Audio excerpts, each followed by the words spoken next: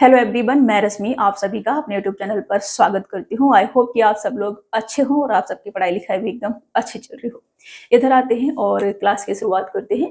तो ये हमने मैथ की सीरीज शुरू कर दी है, जिसमें हम डेली का 35 क्वेश्चंस सॉल्व करेंगे, जो कि मोस्ट एक्सपेक्टेड क्वेश्चंस होंगे, जिनके आपके पेपर में आने की पूरी पूरी संभावना होगी। ठीक है ना। 35 क्वेश्चंस लेंगे डेली और 35 डेज तक ये सीरीज चलेगी, मतलब 35 सेट में आपको करा के दूंगी। आपके मैथ के क्वेश्चंस भी 35 ही पूछे जा रहे हैं। तो क्वेश्चंस ऐसे सेलेक्ट किए गए हैं कि आपका 35 में से एक भी क्वेश्चंस छूटे नहीं, आप 35 पे 35 सही करके आओ। ठीक है, इसलिए मैंने टारगेट रखा है कि आउट ऑफ 35 में से 35 आपका सही होना चाहिए। ठीक है, मतलब मैं आपको करा के दूंगी इतना, बाकी आप कितना चीजें कैच कर पा रहे हैं वो आपके ऊपर डिपेंड करेगा। टीचर अपनी तरफ से पूरी कोशिश करते हैं कि जो पढ़ा रहे हैं वही एग्जाम में आए, बट बहुत सारे बच्चे चीजों को कैच नहीं कर पाते हैं, नहीं समझ पाते हैं। तो ये समझने की एबिलिटी आपको खुद से डेवलप करनी पड़ेगी। मैं समझाऊंगी आपको, हर क्वेश्चन में आपको कॉन्सेप्ट बताऊंगी, ट्रिक भी बताऊंगी, सॉल्व करने का तरीका आपको समझा के चलूंगी, वो आपको कैच करना पड़ेगा। ठीक है, सिलेबस अगर आपने अच्छे से कंप्लीट कर रखा है तो चीजें आपको समझ में आएंगी। अगर सिलेबस कंप्लीट नहीं कर रखा है, बेसिक चीज आपकी क्लियर नहीं है, तो थोड़ा सा समझने में आपको दिक्कत होगी। ये मैं पहले ही आपको बता दे रही हूँ, क्योंकि एग्जाम है, पेपर आपको क्वालिफाई करना है अच्छे से। तो मैं मान के चलती हूँ कि सिलेबस आपने अभी तक पूरा कंप्लीट कर लिया होगा। ठीक है, चलिए क्लास की शुरुआत करते हैं। और मैंने भी सिलेबस करा रखा है, 3 चैप्टर बचे हुए हैं जिनको मैं कराऊंगी। बाकी इतना सिलेबस मैंने करा रखा है। अगर आपका इसमें से कुछ भी छूट गया या कुछ भी नहीं आता है तो आप देख सकते हैं। ठीक है, चलिए इधर आते हैं, क्वेश्चन लेते हैं और इसको सॉल्व करते हैं। पहला क्वेश्चन है हमारा, एक ठोस घनाभ के 3 आसन फलकों के क्षेत्रफल क्रमशः 127 सेंटीमीटर स्क्वायर, 32 सेंटीमीटर स्क्वायर और 254 सेंटीमीटर स्क्वायर है। घनाभ का आयतन सेंटीमीटर क्यूब में क्या है, ये हमसे कहा जा रहा है। मतलब क्यूबॉइड का वॉल्यूम हमसे पूछा है। तो सबसे पहले फॉर्मूला एक बार रिवाइज करेंगे। मैं हर क्वेश्चन में आपको कॉन्सेप्ट ट्रिक जो भी रहेगा वो आपको लिखवाते हुए चलूंगी, रिवाइज करवाते हुए चलूंगी। ठीक है ना। यहाँ आते हैं और सबसे पहले आप देखेंगे क्यूबॉइड। मेरे को बहुत ज्यादा वीकनेस हो रही है, बिकॉज पता ही नहीं चल रहा है कि क्या हुआ है। 2 दिन से इतना ज्यादा वीकनेस हो रही है ना, मतलब लग रहा है सोते रहो सोते रहो सोते रहो, ऐसा हो रहा है। तो ये मैंने लिखा क्यूबॉइड, और इसके हम क्यूबॉइड मतलब कि घनाभ। फॉर्मूले, वॉल्यूम सबसे पहले। तो इसका जो वॉल्यूम होता है वो 3 डायमेंशनल फिगर है, मतलब कि इसमें लंबाई भी होती है, चौड़ाई भी होती है और ऊंचाई भी होती है। तो वॉल्यूम होता है इसका L इंटू का B इंटू का H। ठीक है ना। और इसका क्या है, लेटरल सरफेस एरिया, मतलब कि चारों दीवारों का क्षेत्रफल भी उसे हम बोल सकते हैं। तो आप यहाँ पे लिखेंगे लेटरल सरफेस एरिया, मतलब कि LSA, और इसको बोलते हैं पार्श्व पृष्ठीय क्षेत्रफल या फिर चारों दीवारों का क्षेत्रफल। ये होता है आपका 2 ब्रैकेट में L प्लस का B इंटू का हाइट। टीएससी की बात करें, टोटल सरफेस एरिया, संपूर्ण पृष्ठीय क्षेत्रफल, जो हिंदी वाले वो हिंदी में लिखते चलेंगे। टीएससी मतलब कि संपूर्ण पृष्ठीय क्षेत्रफल, ये होता है आपका 2 ब्रैकेट में एल बी प्लस का बी एच प्लस का एच एल। अगर हम इसके डायगोनल की बात करें, डायगोनल मतलब कि बिगड़, तो अगर हम इसके डायगोनल की बात करें तो डायगोनल हो जाता है अंडर रूट का एल स्क्वायर प्लस का बी स्क्वायर प्लस का एच स्क्वायर। ये होता है इसका विकर्ण। अब देखो फॉर्मूला, अगर वॉल्यूम वाला फॉर्मूला लगाती हूँ L into B into H, तो अलग अलग हमें निकालना पड़ेगा। तो इसका एक और फॉर्मूला होता है, अगर हमसे पूछा जाता है वॉल्यूम और हमें लंबाई ऊंचाई चौड़ाई अलग अलग हम पता नहीं कर पा रहे हैं, तो इसका फॉर्मूला एक और होता है अंडर रूट का एल वी इंटू का बी एच इंटू का एच एल। इसे भी आप लगा सकते हैं। जैसे कि मेरे को ये दे रखा है 3 आसन्न फलकों का क्षेत्रफल, मतलब कि एल बी बराबर मेरे को 127 दे रखा है, और बी एच बराबर मेरे को 32 दे रखा है, और एच एल बराबर मेरे को 254 दे रखा है। तो अब मेरे को क्या चाहिए, वॉल्यूम चाहिए। ये सारी चीजें, फॉर्मूले आपको पता होने चाहिए, तभी आप इजीली क्वेश्चंस को सॉल्व करके आ सकते हैं। ये क्वेश्चंस रेलवे एसआई 2024 में पूछा गया है, तो आप देख लीजिए, आपके पेपर में आ सकता है, ये कभी भी टपक सकता है, तो आपसे ये सॉल्व होना चाहिए। ठीक है, तो ये आ जाएगा आपका 127 इंटू का 32, यहाँ से 2 ले लूँ तो 32 दूनी 64 हो जाएगा ये। ठीक है ना। और 2 से इसको डिवाइड कर देंगे, 2 2 1 2 2 1 2 2 2 7 14, 127 आपका आ जाएगा। ठीक है ना। मैंने यहाँ से 2 इस 32 में मल्टीपल कर लिया, तो 32 दूनी 64 कर लिया, 127 और 127 और 64। अब इसे इजिली हम बाहर निकाल सकते हैं। तो ये वॉल्यूम आ जाएगा हमारा 127 का स्क्वायर इंटू 8 का स्क्वायर, तो 8 इंटू का 127 और मल्टीपल करेंगे तो 8 7 56 6 आएगा लास्ट में 1016। ये आपका आंसर आ जाएगा। ऑप्शन डी क्या होगा आपका, राइट आंसर हो जाएगा। अगर आपको फॉर्मूले पता है तभी आप इस क्वेश्चन को कर सकते हैं, फॉर्मूले नहीं पता है तब आपसे ये नहीं होगा, क्योंकि आपको ये वाला फॉर्मूला नॉर्मली बच्चों को पता रहता है, ये भी आपने लिख लेना है अब, ठीक है। चलिए आगे बढ़ेंगे और नेक्स्ट क्वेश्चन लूंगी मैं। 7 संख्याओं का औसत 45 है, यदि प्रत्येक संख्या को 5 से घटाया जाए तो नया औसत क्या होगा, ये हमसे कहा जा रहा है। तो अगर मुझे n संख्याओं का एवरेज दे रखा है, मान लो कि n संख्याओं का जो एवरेज है, एवरेज मतलब कि औसत, वो है x, ठीक है ना। n संख्याओं का एवरेज मेरे को x दे रखा है। अब संख्याएं n मेरे पास, और प्रत्येक संख्या में अगर मैं कुछ ऐड कर दूं, अगर मैं कुछ घटा दूं, अगर मैं कुछ गुणा कर दूं या डिवाइड कर दूं, प्रत्येक संख्या में मैं प्लस कर दूं, माइनस कर दूं या गुणा कर दूं या डिवाइड कर दूं, किससे, ए से। मान लो ए ऐड कर दिया, ए घटा दिया, ए से गुणा कर दिया या ए से मैंने डिवाइड कर दिया, तो जो रिजल्ट आएगा, रिजल्ट एवरेज का नया एवरेज जो बनेगा हमारा, वो क्या होगा। अगर हम प्रत्येक संख्या में ए ऐड कर देंगे तो नया एवरेज होगा x प्लस का ए। अगर हम प्रत्येक संख्या से ए माइनस कर देंगे तो नया एवरेज होगा x माइनस का ए। अगर हम प्रत्येक संख्या में ए से गुणा कर देंगे तो नया एवरेज होगा x इंटू का ए। और अगर प्रत्येक संख्या में ए से हम भाग कर देंगे तो नया एवरेज होगा x डिवाइड बाई ए। समझ गए ना, ये आपको पता होना चाहिए। अब क्वेश्चन है हमारा कि प्रत्येक संख्या से हमने 5 घटा दिया है, 7 संख्याएं हैं, इनका जो एवरेज है वो है 45, और प्रत्येक संख्या से हमने क्या करा है, प्रत्येक संख्या से हमने माइनस करा है 5 को, तो नया एवरेज होगा 45 माइनस के 5 बराबर 40। ये क्या होगा आपका आंसर, 40। ऑप्शन बी क्या हो जाएगा आपका राइट आंसर हो जाएगा। समझ में आ रहा है, मैं हर क्वेश्चंस में आपको ऐसे समझाते हुए चलूंगी ताकि आपका रिवीजन भी हो जाए और क्वेश्चंस को सॉल्व करने का तरीका भी आपको पता चले कि अगर आप एग्जाम हॉल में बैठे हैं तो जल्दी अपने क्वेश्चंस को कैसे सॉल्व कर सकते हैं। डेविड 172 कुर्सियां बेचता है और उसे 86 कुर्सियों के विक्रय मूल्य के बराबर लाभ होता है, उसका लाभ प्रतिशत क्या है, ये हमसे पूछा जा रहा है। तो जब मैं आपको ये करा रही थी प्रॉफिट लॉस वाला, तब मैं आपको एक रिलेशन बताया था एसपी सीपी प्रॉफिट लॉस का, कि अगर मैं यहाँ पे लिखती हूँ एसपी, ठीक है ना, एसपी मतलब कि सेलिंग प्राइस, तो सेलिंग प्राइस बराबर होता है सीपी प्लस का प्रॉफिट। अगर हमने कोई वस्तु खरीदी है और उसको बेचा है किस पे, प्रॉफिट पर, तो मैं क्रय मूल्य में प्रॉफिट ऐड कर दूं तो मेरे को क्या मिलेगा, विक्रय मूल्य मिलेगा। या फिर अगर हम लॉस में बेचते हैं, कभी कभी ऐसा होता है कि वस्तु जो है खराब निकल जाती है, कुछ उसमें ऐसा डिफेक्ट हो जाता है कि वस्तु हमें जितने खरीद के लेके आते हैं उससे कम में हमें बेचनी पड़ती है, तो उस केस में जो हमारा एसपी रहता है वो रहता है एसपी बराबर सीपी माइनस का लॉस। सीपी क्या है, सीपी है हमारा क्रय मूल्य, क्रय मूल्य जिसपे आपने खरीद के लाए हैं, कॉस्ट प्राइस, ठीक है ना। प्रॉफिट मतलब कि लाभ और लॉस मतलब कि हानि। अगर मुझे यहाँ से सीपी चाहिए तो सीपी बराबर क्या आ जाएगा, एसपी माइनस का प्रॉफिट, एसपी माइनस का प्रॉफिट, मतलब कि सेलिंग प्राइस में से मैं क्या माइनस कर दूं, प्रॉफिट माइनस कर दूं, तो मेरे पास क्रय मूल्य आ जाएगा। या फिर एसपी बराबर सीपी बराबर एसपी प्लस का क्या हो जाएगा, लॉस, अगर हम लॉस में बेच रहे हैं तो। समझ पा रहे हो ना, ये चीजें आपको थोड़ी सी बेसिक है, ये आपको पता होनी चाहिए। अब हमसे कहा जा रहा है तो 172 कुर्सियां बेची हैं तो खरीद के भी लाए होंगे, लाए होंगे कि नहीं, आप कहेंगे यस मैम। तो 172 कुर्सियों का जो एसपी है बराबर 172 कुर्सियों का सीपी प्लस का क्या, 86 कुर्सियों का एसपी, क्योंकि इतने का क्या हो रहा है, प्रॉफिट से हो रहा है, तो प्रॉफिट हमें ऐड करना पड़ेगा। एसपी बराबर सीपी प्लस का प्रॉफिट, तो सीपी प्लस का प्रॉफिट, समझ रहे हो, ऐसा आपको लिखना है। अब ये 86 एसपी है, इधर आ जाएगा, तो मैं ये लिख सकती हूँ 172 सीपी बराबर 86 एसपी, इधर आएगा माइनस का हो जाएगा, 172 में से 86 जाएगा तो 86 ही हमारा बचेगा। तो यहाँ से सीपी बट्टे एसपी बराबर कितना आ जाएगा, 86 बट्टे 172। ये कितना अधिक है इससे, तो 86 ही अधिक है, 8 दूनी 16, 6 दूनी 12, 86 से अधिक। अब 86 की कोई वस्तु आपने खरीदी और 86 का इस पर क्या हो रहा है, प्रॉफिट हो रहा है, तो प्रॉफिट कितना हो जाएगा, 100% हो जाएगा। जितने का आपने खरीदा और उतने का ही प्रॉफिट लेते हुए से बेच दिया, मतलब कि डबल मूल्य में आपने बेच दिया उसको, तो आपको क्या हो जाएगा, प्रॉफिट हो जाएगा पूरा 100% का। ऐसे नहीं कर पा रहे हैं आप तो ऐसे कर सकते हैं इसको, जैसे कि हमको प्रॉफिट हो रहा था कितने का, 86 का, तो ये जो 86 है इस वाले 86 का कितना परसेंट है, ऐसे भी आप कर सकते हैं। तो 86 से 86 जाएगा और ये आपका 100% आ जाएगा और ये आपका क्या हो जाएगा, आंसर।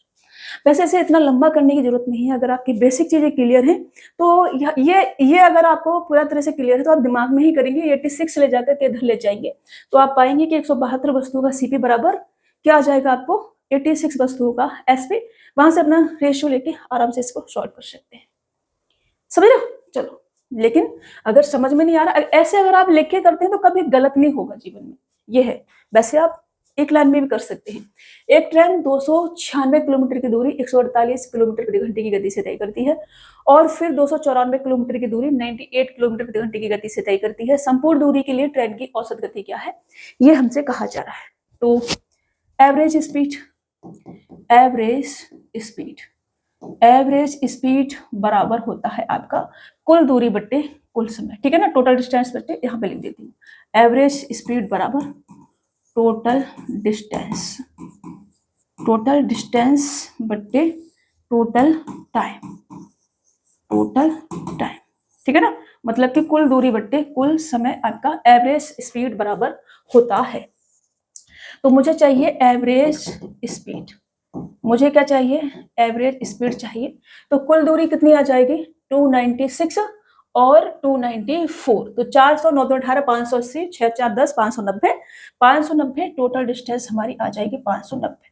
और समय कितना आ जाएगा, अब देखो 296 किलोमीटर की दूरी 148 किलोमीटर प्रति घंटे की गति से चली गई है, तो टाइम बराबर क्या होता है, दूरी बट्टे, मतलब टाइम बराबर दूरी बट्टे चाल। यहाँ से आप लिख लो, टाइम बराबर दूरी बट्टे चाल, और चाल बराबर क्या होता है, चाल बराबर होता है दूरी बट्टे समय या फिर टाइम, ठीक है। और दूरी बराबर क्या होता है, डिस्टेंस बराबर क्या होता है, समय इनटू का चाल। समझ गए, ये मैंने फॉर्मूले यहाँ पे लिखवा दिए। तो अब मेरे को चाहिए टाइम यहाँ पर, तो टाइम कितना आ जाएगा, दूरी बट्टे चाल, 14 दूनी 28 और 8 दूनी 16, 2 घंटे यहाँ पे बनेंगे हमारे, प्लस का यहाँ पर 9 तिया 27 और 8 तिया 24, 3 घंटे यहाँ बनेंगे। तो ये हमारा टोटल क्या आ गया, टाइम आ गया। अभी समझ में आ रहा है, ऐसे ही करना है, हर चीज को लिखना जरूरी नहीं है, कुछ पॉइंट में यहाँ पर भी सॉल्व करने हैं। एग्जाम में उतना टाइम हमारे पास नहीं होता है, तो डायरेक्ट इसको थोड़ा सा ऐसे करना है, ठीक है। तो ये आ जाएगा हमारा 590 बट्टे 5 और 5 एकन 5 5 एकन 5, 4 बचेगा 5 बट्टे 40, 118, ये आपका किलोमीटर प्रति घंटा। ऑप्शन डी आपका राइट आंसर हो जाएगा। ABCD ऑप्शन लिखे नहीं है बट आप समझ सकते हैं, ठीक है। चलिए आगे बढ़े। नेक्स्ट क्वेश्चन है, यदि x बराबर 2 प्लस रूट का 9 और y बराबर 2 माइनस रूट का 9 है, तो x square minus Y square का मान क्या होगा, ये हमसे कहा जा रहा है। तो मैं यहाँ x बराबर क्या लिख सकती हूँ, 2 प्लस का 3, और y बराबर क्या लिख सकती हूँ, 2 माइनस का 3, क्योंकि ये माइनस का है, रूट से निकलेगा 3 और माइनस का है, तो ये आ जाएगा x बराबर 5 और y बराबर माइनस का 1। तो मुझसे कहा जा रहा है कि x स्क्वायर, तो 5 का स्क्वायर प्लस 22 स्क्वायर माइनस के 1 का स्क्वायर, तो ये 25 25 प्लस का 1 बराबर 26, ये आपका क्या हो जाएगा, आंसर हो जाएगा 26। ऑप्शन ए क्या होगा आपका राइट आंसर हो जाएगा। अब मान लो कि ये ऐसा होता कोई संख्या कि ये रूट से नहीं निकल रही होती, तो हमें क्या करना पड़ता, फॉर्मूला लगाना पड़ता उस केस में। तो हम फॉर्मूला लगाते हैं, जैसे कि मैंने आपको लिखवा दी है, फिर भी मैं एक बार रिवीजन कराऊंगी क्योंकि ये कराना बहुत जरूरी है। तो अलजेब्रा में मैंने आपको कराया था कि अगर हम a प्लस बी का स्क्वायर में ऐड कर दें a माइनस बी का स्क्वायर, तो हमें मिलता है 2a स्क्वायर प्लस का b स्क्वायर, ये हमें मिलता है। ये यही है, x बराबर a प्लस बी और y बराबर a माइनस का b। तो हमने क्या करा है, ऐड करा है a प्लस बी का whole square plus a minus का b का होल स्क्वायर। तो ये वाला फॉर्मूला लगाओगे तब भी आपका यही आंसर आएगा। आप लगा के देख लो, 2 ब्रैकेट में a स्क्वायर मतलब कि 2 का स्क्वायर प्लस b स्क्वायर मतलब कि रूट के 9 का स्क्वायर, और ये आ जाएगा आपका 2 और इनटू का 4 और 9 कितना होगा 13 और 13 दूनी 26, ये आपका आंसर आ जाएगा। ये फॉर्मूला मैंने आपको कराया था, तो फॉर्मूले से भी कर सकते हैं आप। बाकी देखो रूट का 9 था तो 3 इजीली हमारा बाहर आ गया था, अगर नहीं आ रहा है तो आप फॉर्मूले से करेंगे। अगर मैं इसको a प्लस बी का होल स्क्वायर से माइनस कर दूं a माइनस बी का होल स्क्वायर, तो हमें मिलेगा 4ab, ठीक है ना। क्या मिलेगा, 4ab मिलेगा। अगर मैं a प्लस बी का होल स्क्वायर प्लस का a माइनस बी का होल स्क्वायर को भाग कर दूं किससे, a square plus b square से, तो हमारे पास प्राप्त होता है कितना, 2। अगर मैं a प्लस बी का whole square minus a minus B के होल स्क्वायर को भाग कर दूं इससे AB से, तो हमारे पास प्राप्त होता है 4, क्योंकि AB से भाग कर रहा है तो AB से ये 4AB आएगा, कट जाएगा, 4 बचेगा। अब A स्क्वायर B स्क्वायर से भाग करूँ तो A square B square cut जाएगा, 2 बचेगा। नई चीज नहीं है, बट ऐसा भी फॉर्मूला एग्जैक्ट ऐसा क्वेश्चन आपको मिलेगा, संख्या दे रखी होंगी तो आपको पता होना चाहिए इसका 2 आएगा, इसका 4 आएगा, ठीक है। उस केस में थोड़ा सा दिमाग में नहीं रहे कि कभी कभी ना कुछ बच्चों को फॉर्मूले ही रटने की आदत होती है, वो नहीं सोच पाते इतना कैसे ऐसे हुआ है, तो उनके लिए ये मैंने लिख दिया, ठीक है। चलो आगे बढ़े। 3 भागीदार 3:9:8 के अनुपात में एक व्यवसाय में निवेश करते हैं। वे अपनी पूंजी क्रम से 10 महीने, 1 महीने और 4 महीने के लिए निवेश करते हैं। उनके लाभ का अनुपात क्या होगा, ये हमसे कहा जा रहा है। तो जब भी 2 या 3 जो पार्टनर होते हैं वो कोई बिजनेस स्टार्ट करते हैं तो उनको जो प्रॉफिट, जो भी कंपनी में प्रॉफिट होता है, वो जो प्रॉफिट बांटा जाता है, वो जो उन्होंने पूंजी लगाई है और जितने समय के लिए पूंजी लगाई है, उन दोनों के मल्टीपल के रेशियो में बांटा जाता है, ठीक है, जो भी प्रॉफिट होता है। तो यहाँ से मैं कह सकती हूँ कि जो उन्होंने पूंजी लगाई है, जैसे कि 3:9:8 के अनुपात में एक निवेश किया उन्होंने साझेदारी में, तो जो उनका इन्वेस्टमेंट था, ठीक है ना, इन्वेस्टमेंट वो कितना है, 3:9:8। अब रेशियो तो x भी लगा सकते, नहीं भी लगा सकते, कट जाएगा वो तो, लेकिन फिर भी लगा लो, आपके दिमाग में थोड़ी सी चीजें रहेंगी कि ये क्या है, रेशियो। अब जो उनका टाइम है, जितने टाइम के लिए उन्होंने पैसा लगाया है, वो है 10 महीना और 1 महीना और 4 महीने, ठीक है ना। अब ये एग्जैक्ट है तो इसमें कुछ भी करने की जरूरत नहीं है। तो जो प्रॉफिट होगा, प्रॉफिट किस रेशियो में बटेगा, प्रॉफिट बटेगा इनका इन्वेस्टमेंट और टाइम के मल्टीपल के रेशियो में। तो इन्वेस्टमेंट टाइम ये आ जाएगा आपका 30x रेशियो 9x रेशियो 8 चौक 32x। अब देखो x क्या होगा, हर जगह कट जाएगा, इसलिए हम कहते हैं लगाओ या मत लगाओ कोई फर्क नहीं पड़ेगा। तो ये आपका आ जाएगा 30 रेशियो 9 रेशियो 32, ये आपका आंसर होगा। इस रेशियो को प्रॉफिट अपना बांटेंगे। 30/9 32, ऑप्शन ए क्या हो जाएगा आपका, राइट आंसर हो जाएगा। तो जब भी कोई बिजनेस स्टार्ट करते हैं 2 व्यक्ति या 3 व्यक्ति या ज्यादा व्यक्ति, तो उनको जो भी प्रॉफिट होता है, उस कंपनी में जो भी प्रॉफिट हो रहा है, तो उस वो जो प्रॉफिट बांटेंगे, वो जितना उन्होंने पैसा लगाया है, जितने टाइम के लिए पैसा लगाया है, उसके मल्टीपल के रेशियो में उनको मिलेगा पैसा, ठीक है। चलिए आगे बढ़े। नेक्स्ट क्वेश्चन, ये समान ब्याज दर पर 2 वर्षों में साधारण ब्याज 60 और चक्रवृद्धि ब्याज 64 रुपए है, तो मूलधन ज्ञात कीजिए, ये हमसे कहा जा रहा है। तो 2 वर्ष की बात हो रही है, तो SI लिखो यहाँ पर और CI लिखो, थोड़ी सी चीजें हम समझेंगे, ठीक है ना। ये पहला वर्ष हो गया और ये दूसरा वर्ष हो गया। तो SI क्या है ना, हर वर्ष समान रहता है। जैसे कि 2 वर्ष का साधारण ब्याज अगर 60 है, तो यहाँ 30 रुपए मिला होगा पहले साल में और दूसरे साल में 30 वर्ष मिला होगा। पहले साल का SI और CI समान रहता है। तो अगर चक्रवृद्धि ब्याज हमको कितना मिला है, 64 मिला है, तो पहले साल तो चक्रवृद्धि ब्याज भी 30 मिला होगा, दूसरे साल 30 तो मिला होगा, प्रिंसिपल का R% तो मिला होगा, प्लस का ब्याज का भी R% मिला होगा, और ये 4 क्या है, ये 30 का R% हमारा होगा, समझ रहे हो। तो यहाँ से ये रेट ऑफ इंटरेस्ट कितना आ जाएगा, 4/30 इंटू का 100, मतलब कि 40/3% आपका रेट ऑफ इंटरेस्ट आ जाएगा। 40/3% आपका रेट ऑफ इंटरेस्ट आ गया। अब यहाँ से D2 फॉर्मूला लिख लो, D2 बराबर 2 साल का डिफरेंस बराबर, D2 बोलते हैं 2 साल के डिफरेंस को, वो होता है P इंटू R%, जो भी रेट ऑफ इंटरेस्ट दे रखी है उसका स्क्वायर। D3 3 साल का अगर हमसे डिफरेंस पूछा है SICI का, तो वो होता है 3D2 प्लस D2 का R%। अगर D3 पूछा जाए, D3 का मतलब है केवल तीसरे वर्ष का SI और CI का डिफरेंस, केवल तीसरे वर्ष का, उसको हम बोलते हैं D3।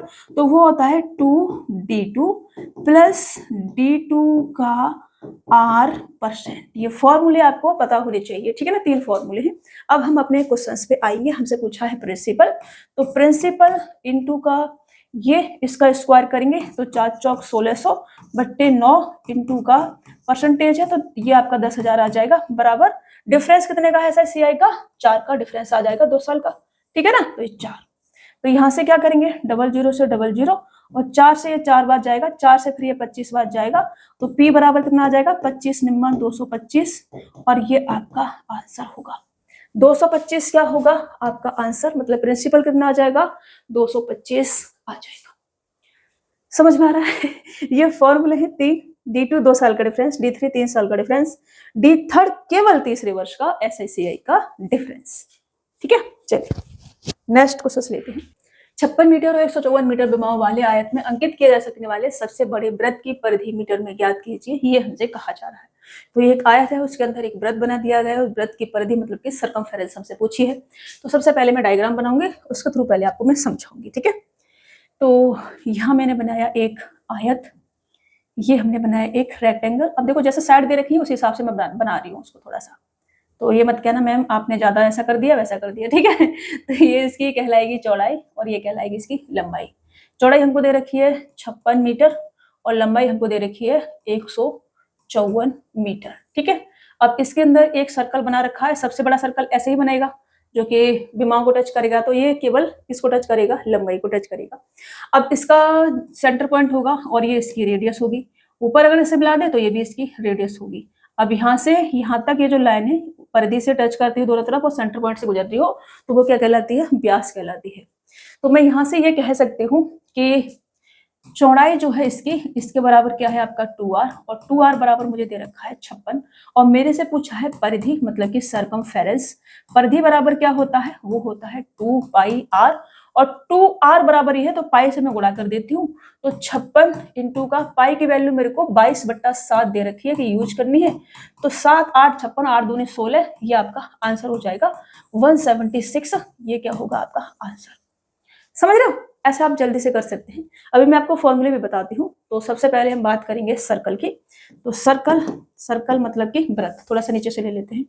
सर्कल, सर्कल मतलब कि वृत्त, इसमें आपसे पूछा जा सकता है एरिया। तो एरिया होता है इसका पाई r स्क्वायर।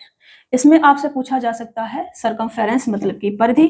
तो परिधि होती है इसकी, परिधि बराबर 2 पाई r।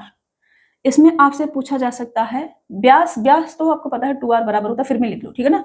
डायमीटर बोलते हैं, व्यास को बोलते हैं डायमीटर। इसके बराबर होता है आपका 2r। और पाई की वैल्यू, पाई की वैल्यू जब आपको बोला जाए 22/7 यूज करनी है तो 22/7, जब आपको बोला जाए 3.14 यूज करनी है तो 3.14, और जब आपसे कुछ भी ना बोला जाए तो 22/7 आपने ही यूज करनी है। ठीक है, ऐसे ही रेक्टेंगल के बारे में थोड़ा सा लिख लो। रेक्टेंगल मतलब के आयत, ठीक है ना, रेक्टेंगल मतलब के आयत, आयत। तो इसमें भी आपसे क्या क्या पूछा जा सकता है, एरिया पूछा जा सकता है। एरिया बराबर होता है आपका, लंबाई चौड़ाई होती है तो लंबाई इंटू का चौड़ाई। और इसमें आपसे पेरीमीटर पूछा जा सकता है मतलब कि परिमाप पूछा जा सकता है। तो पेरीमीटर बराबर होता है आपका 2 ब्रैकेट में l प्लस का b। इसमें आपसे डायगोनल विकर्ण पूछा जा सकता है, इसमें डायगोनल भी होता है। तो डायगोनल मतलब कि विकर्ण, विकर्ण बराबर होता है अंडर रूट का l स्क्वायर प्लस का b स्क्वायर। इतना ही पूछा जा सकता है शायद, और तो कुछ नहीं पूछा जाता इसमें। एरिया हो गया, पेरीमीटर हो गया, डायगोनल हो गया, इतना ही पूछा जाता है। ठीक है, इसका प्रत्येक एंगल जो है 90 डिग्री का होता है, ये भी आप थोड़ा सा ऐसे ही याद रखेंगे। ठीक है, चलिए आगे बढ़े, नेक्स्ट क्वेश्चन ले। ये परिधि 2 पाई r होती है परिधि, और 2r बराबर 56 था, पाई से हमने इसमें गुणा कर दिया पाई की वैल्यू से, तो 176 हमको हमारी वैल्यू प्राप्त हो गई। आगे बढ़े, चलिए। निम्नलिखित को एक साधारण भिन्न के रूप में व्यक्त कीजिए, ये हमसे कहा जा रहा है। तो जितनी संख्याओं के ऊपर बार लगा हुआ है पॉइंट के बाद, ठीक है ना, मान लो कि यह है 0.42 के ऊपर बार, तो हम इसको पूरा 42 लिखेंगे, और जिस संख्या के ऊपर बार नहीं है उसे करेंगे इसमें से माइनस, और जितनी संख्याओं के ऊपर बार है उतने लिखेंगे 9, जितनी संख्या के ऊपर बार नहीं है उतने लिखेंगे हम 0, तो एक के ऊपर बार नहीं है उतना लिखेंगे हम 0। ठीक है, प्लस का साइन है तो प्लस करेंगे, माइनस का होता तो माइनस करते। अब यहाँ दोनों के ऊपर बार है तो केवल 42 लिखेंगे और बटे में 9 लिखेंगे। इसे हमें करना है सॉल्व। इसे सॉल्व करेंगे तो 990 हमारा आ जाएगा एलसीएम, जो कि दोनों से कटेगा। थोड़ा सा पेन को हम करेंगे ऐसे, ले जाएंगे इसको थोड़ा सा डार्क करेंगे। ठीक है, तो ये आ जाएगा हमारा 990। एलसीएम इससे काटेंगे तो 11 बच जाएगा, और 11 का मल्टीपल करेंगे 38 से, या 38 बनेगा। तो 38 का मतलब होगा 8, 11 का 1 और ये 418, प्लस का इससे ये 10 बार जाएगा तो 420, और ये लास्ट में 8 आ जाएगा आपका, 8 और 3 और 8 और बटे में 990। तो ये आपका क्या होगा, आंसर होगा 838/990। ऑप्शन बी आपका क्या हो जाएगा, राइट आंसर हो जाएगा। कर पाएंगे, मेरे आपको सिखाई है सारी चीजें, नहीं आ रही है तो थोड़ा सा जैसे मैं समझाया है वैसे समझने की कोशिश आपने करनी पड़ेगी। ए और बी एक साथ मिलकर किसी कार्य को 12 दिन में पूरा कर सकते हैं। ए अकेले उसी कार्य को 20 दिन में पूरा कर सकता है। यदि बी प्रतिदिन केवल आधे दिन तक उस कार्य को करता है तो ए और बी एक साथ मिलकर उस कार्य को कितने दिन में पूरा करेंगे, ये हमसे कहा जा रहा है। तो ए और बी एक साथ मिलकर किसी कार्य को 12 दिन में पूरा कर सकते हैं। ए अकेले उसी कार्य को 20 दिन में पूरा कर सकता है। तो टोटल जो वर्क आता है वो आता है इनका एलसीएम। एलसीएम कितना आ जाएगा 60, जो दोनों संख्याओं से कटेगा। 12 से काटोगे तो 12 पन 60, 20 से काटोगे तो 20 दिया 60। रेड वाला पेन भी थोड़ा सा हम डार्क करेंगे, ठीक है ना। रेड वाला पेन भी क्या करेंगे, बट रेड वाला पेन डार्क हो नहीं रहा है, हमें इस पर क्लिक करना पड़ेगा। तो अब इसको हम थोड़ा सा डार्क कर सकते हैं। हाँ अब ठीक है, अब ठीक है ना। अब ये कितना आ गया, अब a प्लस बी की इफिशियंसी 5 है, a की इफिशियंसी 3 है, तो b की इफिशियंसी कितनी आ जाएगी, b की इफिशियंसी आ जाएगी 2, क्योंकि a की इफिशियंसी कितनी है 3। तो a की इफिशियंसी 3 है, मतलब कि a जो है एक दिन में 3 काम करता है। दिन है तो दिन लेंगे, घंटा होता है तो घंटा लेते हैं, एक घंटे में 3 काम करता है। अब a एक दिन में 3 काम करता है, b एक दिन में 2 काम करता है, ठीक है ना, ऐसे कह सकते हैं। टोटल काम है हमारे पास 60 और b जो है आधे दिन ही काम करता है, तो हम बी से आधी इफिशियंसी से काम करवा लेते हैं पूरे दिन, ठीक है ना। एक के साथ साथ काम करता रहेगा।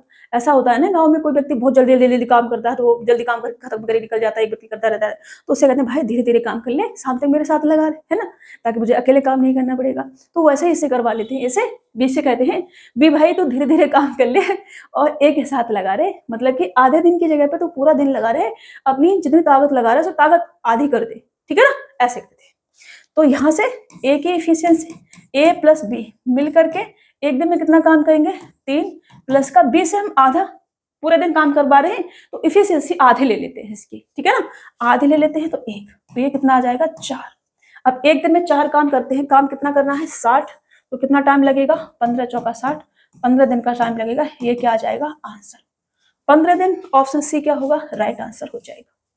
15 दिन में ये काम को क्या करेंगे पूरा खत्म कर देंगे, अगर बी अपनी आधी इफिशियंसी से काम करेगा तो, क्योंकि आधा दिन पूरी आधी इफिशियंसी काम करेगा, पूरा दिन काम करवाएंगे इनसे एक के साथ लगा रहे। क्योंकि समझ में आ रहा है ना, आ रहा है या नहीं आ रहा है भाई कैसे बताऊँ मैंने गाँव का एग्जाम्पल लेके बताया, इसलिए कि गाँव में 2 लोग होते हैं, काम कर रहे हैं मान लो किसी खेत में, और एक व्यक्ति है ना बहुत जल्दी जल्दी काम करता है और वो जल्दी काम करके चला जाता है। फिर दूसरा व्यक्ति क्या है शाम तक बेचारा काम करता रहता है। फिर वो उससे रिक्वेस्ट करता है भाई तू है ना धीरे धीरे काम कर ले, थोड़ा सा जितनी ताकत से काम कर रहा है उतनी ताकत से मत कर, थोड़ा धीरे धीरे कर ले और मेरे साथ लगा रहे शाम तक, ताकि मैं अकेला न रहूँ। तो फिर वो क्या करता है, अगर उसका दोस्त होता है तो सोचता है चलो धीरे धीरे कर लेता हूँ और शाम तक इसके साथ बना रहूंगा, काम जितना करना है उतना ही करूंगा बट शाम तक रह लूंगा, ठीक है ना, ऐसे समझ रहे हो। चलो अभी समझ में आ गया चलो आगे बढ़े, नेक्स्ट क्वेश्चन लेते हैं। पाइप ए एक टैंक को 30 मिनट में भर सकता है और पाइप बी उसी टैंक को 40 मिनट में भर सकता है। यदि ए और बी दोनों को एक साथ खोल दिया जाए तो टैंक भरने में कितना मिनट लगेगा, ये आपसे कहा जा रहा है। ए जो है वो 80 मिनट में भर सकता है, बी जो है वो 40 मिनट में भर सकता है। तो टैंक में कितना पानी आता होगा, इनका एलसीएम, टैंक की जो क्षमता होगी वो कितनी होगी, इनका एलसीएम, और इनका एलसीएम कितना आ जाएगा 80, मतलब टैंक में 80 लीटर पानी आता होगा।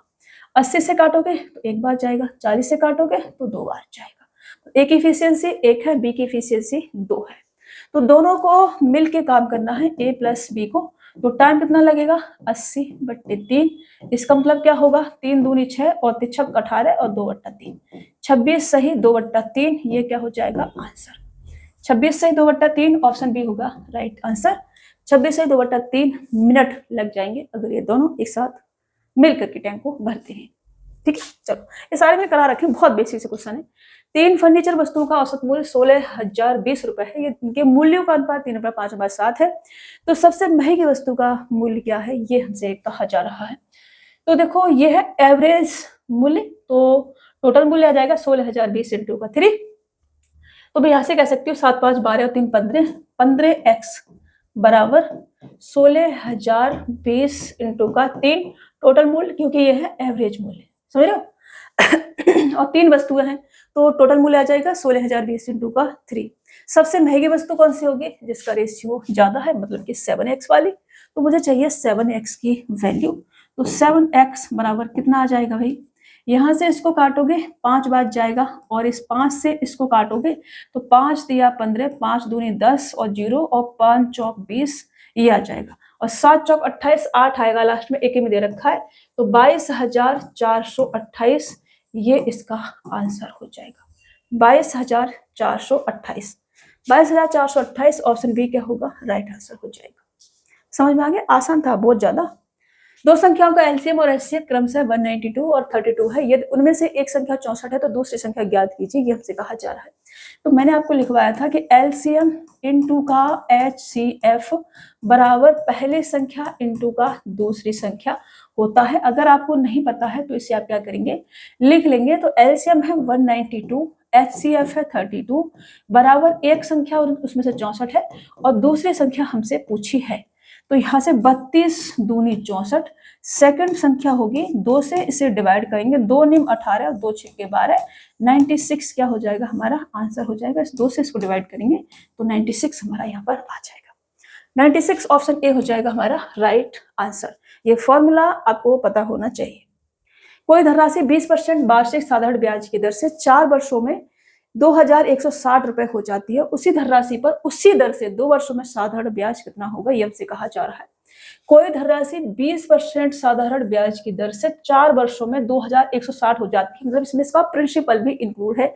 ये जो है ये है प्रिंसिपल प्लस का साधारण ब्याज, मतलब कि एसआई बराबर मेरे को 2,160 दे रखा है और मुझे 2 वर्षों का क्या पूछा है, केवल पूछा है साधारण ब्याज। 2 वर्षों का पूछा है मेरे से एसआई। तो मैं यहाँ से ये कह सकती हूँ कि ये जो हमारा 2160 है, ये है 20 चौक 80। साधारण ब्याज क्या होता है, रेट ऑफ इंटरेस्ट इनटू का टाइम। तो 80 और 100% प्रिंसिपल होगा, ठीक है ना।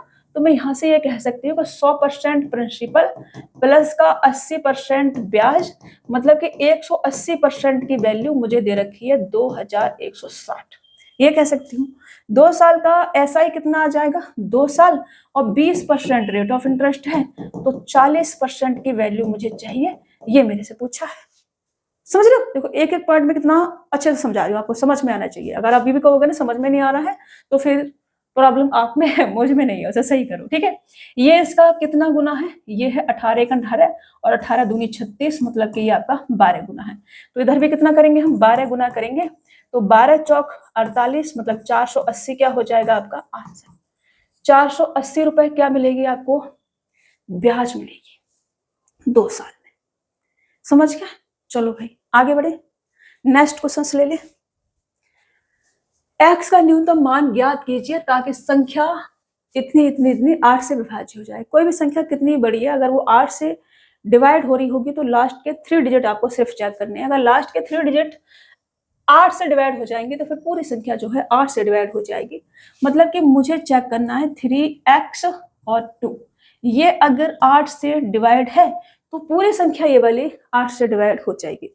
अब देखो आप रख रख के देखोगे पागलपंती हो जाएगी, आप ऑप्शन रख के देख लो, ठीक है ना। न्यूनतम पूछा तो 3 रखो, 3 रखोगे तो 3 3 2 बनेगा, 8 चौक 32, फिर 1 बचेगा, 12 कटता नहीं है तो 3 गया आपका। फिर आप 7 रखो, 7 रखोगे तो 8 चौक 32 के बाद आपका 5 बचेगा, 52 कटता नहीं है। फिर आपका 8 रखो तो 8 चौक 32 का 6 बचेगा, 62 कटता है, 9 बचा आपका, फिर कुछ बचा ही नहीं, 9 बचा ऑप्शन 9 आपका क्या हो जाएगा, राइट आंसर। तो 3 और ये आपका 9 और ये आपका 2, और इसे डिवाइड करके देख लो आप 8 से। 8 से डिवाइड करोगे तो ये कटेगा, 8 चौक 32 के बाद 7 बचेगा और 8 नियम 72, 49 इसका आंसर आ जाएगा। समझ रहे हो, तो ये क्या होगा 9। x की वैल्यू क्या आ जाएगी 9, रहने दे इसको हटा देते हैं, इसको हटा देते हैं और हम ऐसे लिख लेते हैं इसको। बाप रे, ऐसा वीकनेस बहुत ज्यादा मेरे को इतनी ज्यादा फील हो रही है ना। 8 चौक 32 और 8 नियम 72, तो ये x की वैल्यू हमारे 9 आ गई, ठीक है। तो x बराबर 9, ये आपका आंसर हो जाएगा। बहुत ज्यादा मेरे को है ना वीकनेस फील हो रही है, बहुत ज्यादा, पता नहीं क्यों इतनी वीकनेस फील हो रही है, मेरे को शायद टेस्ट वगैरह करवाना पड़ेगा कुछ। एक व्यक्ति एक दृश्य बिंदु तक चलता है और अपनी कार द्वारा स्थिर गति बनाए रखते हुए प्रारंभिक बिंदु पर लौटता है और इस प्रकार उसे कुल 9 घंटे 30 मिनट का समय लगता है। दोनों तरफ गाड़ी चलाने पर उसे 7 घंटे का लाभ होता है। ये क्वेश्चन है ना आजकल ऐसा ही आ रहा है बाबा। लाभ होता है, कम लगता है ये नहीं बोलेगा, लाभ होता है, समझ रहे हो। उसे समान गति से दोनों ओर चलने में कितना समय लगेगा, ये हमसे कहा जा रहा है। चलने में, समान गति से दोनों ओर चलने में कितना समय लगेगा। मतलब पहले क्या है, एक व्यक्ति एक दृश्य बिंदु तक चलता है, मतलब वॉक करता है और कार से वापस आता है, तो उसको 9 घंटे 30 मिनट का समय लगता है। ठीक है ना, 9 घंटे और 30 मिनट, ऐसे लिख दूं मैं, ऐसे लिख देती हूँ। और जब वो दोनों तरफ कार से चलता है तो उसे 7 घंटे का लाभ होता है, मतलब 7 घंटे कम समय लगता है। इसका मतलब है कि उससे केवल 2.5 घंटे लगता है। अगर वह दोनों तरफ कार से चलता है तो 7 घंटे का लाभ का मतलब 7 घंटे से कम समय लगता है, मतलब कि उसे सिर्फ और सिर्फ 2.5 घंटे का समय लगता है। समझ रहे हो, ऐसे तो नहीं लिख सकते इसको, ये तो 2:30 हो गया, लेकिन कैसे लिख सकते हैं, आर करके लिखना पड़ेगा ना, ऐसे नहीं लिख सकते भाई। गलत बात मतलब गलत बात, और 30 मिनट ऐसे लिख सकते हैं। गलत बात तो गलत बात होती है ना, और 30 मिनट ये सही है, अब ठीक लग रहा है। तो 2 कार बराबर 2 घंटा 30 मिनट है, तो 2 वॉक बराबर इधर दोनों से 2 से गुणा कर दो आप, इधर भी क्या करो 2 से गुणा कर दो आप, तो इधर कितना आ जाएगा 9 दूनी 18 और 30 दूनी 60, 1 घंटा बन जाएगा पूरा, 19 घंटे आ जाएंगे। टोटल कितना आ जाएगा 19 घंटा। तो यहाँ से 2 वॉक, यहाँ से 2 कार बराबर 2 घंटा 30 मिनट, तो 2 वॉक बराबर 19 घंटा माइनस का कितना 2 घंटा और 30 मिनट, कितना आ जाएगा आपका 16 घंटा 30 मिनट, 16 घंटा और 30 मिनट, ये आपका क्या हो जाएगा आंसर। ऐसे करेंगे आपका क्वेश्चन कभी गलत नहीं जाएगा। वैसे आप डायरेक्ट भी कर सकते हैं, लेकिन ये लाइन पे थोड़ा सा ध्यान देना है आपने। 7 घंटे का लाभ होता है, मतलब 7 घंटे उसको कम समय लगता है बाबा। ठीक है, चलिए नेक्स्ट क्वेश्चन। एक दुकानदार एक वस्तु को x रुपए पर अंकित करता है और उस पर 60% की छूट देता है। छूट के मूल्य पर 25% वेट जोड़ने के बाद वह इसे 444 रुपए में बेचता है। x का मान क्या है, ये हमसे पूछा जा रहा है। तो x रुपए अंकित करा, 60% की छूट दी तो 40% बचा होगा। अब इस पर वो क्या करता है 25% वेट ऐड कर देता है, तो 125% कर दिया। अब वो उसको 444 रुपए में बेच देता है। 25 से काटो 25 पंजे और 25 चौका, 4 से काटोगे 10 बार जाएगा, 10 से ये 0 जाएगा और 5 दूनी 10 जाएगा, और ये x बराबर कितना आ जाएगा 8 8 8, और ये आपका आंसर हो जाएगा 8 8 8। ऑप्शन ए क्या होगा आपका राइट आंसर हो जाएगा। चलिए आसान था ना। एक वर्गाकार भूखंड का क्षेत्रफल 841 वर्ग मीटर है। भूखंड की प्रत्येक भुजा की लंबाई वर्ग, वर्ग मतलब कि सभी साइड इक्वल होती है इसकी, ये भी ये भी ये भी ये भी, और इसको हम ए मान लेते हैं, ये इसका विकर्ण होता है। इसको मैं ए मान लूं, बी मान लूं, सी मान लूं और डी मान लूं। फॉर्मूले लिखवा देती हूँ पहले। एरिया की अगर हम बात करें तो एरिया होता है ए स्क्वायर। पेरीमीटर मतलब कि परिमाप की अगर हम बात करें तो पेरीमीटर होता है 4a। डायगोनल की अगर हम बात करें, डायगोनल मतलब कि विकर्ण, तो डायगोनल होता है इसका रूट का 2a। ठीक है ना, ये प्रत्येक एंगल 90 डिग्री का होता है, ये भी आपने पता होना चाहिए। इतने फॉर्मूले होते हैं इसमें बस। अब हमसे पूछा जा रहा है कि वर्गाकार भूखंड का क्षेत्रफल ये दे रखा है, मतलब मेरे को ए स्क्वायर बराबर 841 दे रखा है, तो ए बराबर कितना आ जाएगा 29, क्योंकि ये 29 का क्या है स्क्वायर है, तो ये हमारा आंसर हो जाएगा। भुजा की लंबाई 29, ऑप्शन ए आपका राइट आंसर हो जाएगा।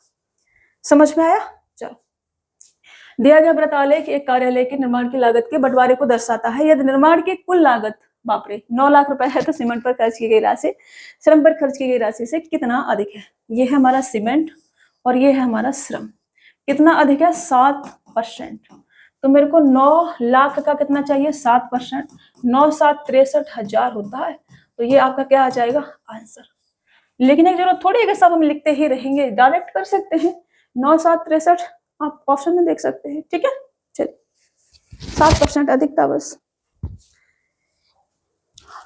आगे बढ़े और नेक्स्ट क्वेश्चन ले। मुझे लगता है कुछ गड़बड़ हो गई है, मेरा माइक का ही निकल गया है, लगाना पड़ेगा। 1 मिनट रुकना।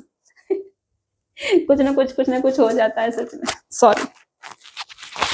चलो, अपने वास्तविक विक्रय मूल्य के 2/5 भाग पर एक वस्तु को बेचकर रमेश को 16% की हानि होती है। यदि वह इसे अपने वास्तविक विक्रय मूल्य के 73% पर बेचता है तो लाभ हानि प्रतिशत ज्ञात कीजिए। लाभ या हानि प्रतिशत ऐसा होगा। लाभ या हानि प्रतिशत ज्ञात कीजिए। वास्तविक विक्रय मूल्य के 2/5 भाग पर एक वस्तु को बेचकर रमेश को 16% की हानि होती है। इसका मतलब है कि एसपी का 2/5 बराबर सीपी का 16% की हानि होती है, तो 84%। ये लिख सकते हैं, ठीक है ना, यही लिख सकते हैं। यहां से मैं इसे सॉल्व अगर करूं तो ये आ जाएगा, 5 से इसको काटूं तो ये 20 बार जाएगा, और 2 से अगर मैं इसको काटूं तो 2 चौका और 2 दूनी, ठीक है, ये आ जाएगा। और भी हम काट सकते हैं इसको, 10 और इसको 21 लिख सकते हैं। तो यहाँ से मैं सीपी बट्टे एसपी अगर लिखूं तो सीपी आ जाएगा 10 और एसपी आ जाएगा 21। 100 बना लेते हैं यहाँ 0 और यहाँ 0 लगा लेते हैं, इजी हो जाएगा हमारे लिए। अब हमसे कहा जा रहा है कि यदि वह इसे अपने वास्तविक विक्रय मूल्य के 73% पर अगर बेचता है तो लाभ या हानि परसेंट ज्ञात करें। तो इसका 73% अगर मुझे चाहिए तो 73% कितना आ जाएगा, परसेंटेज है, 0 कटेगा, 1 0 बचेगा, 21 तिया 63 मतलब 6 कैरी आ जाएगा, 7 तिगन 7, 7 दूनी 14 प्लस का 6 करेंगे तो 153 आ जाएगा, तो 153 और पॉइंट यहाँ पर हमारा लग जाएगा, ठीक है ना, 73% है क्योंकि।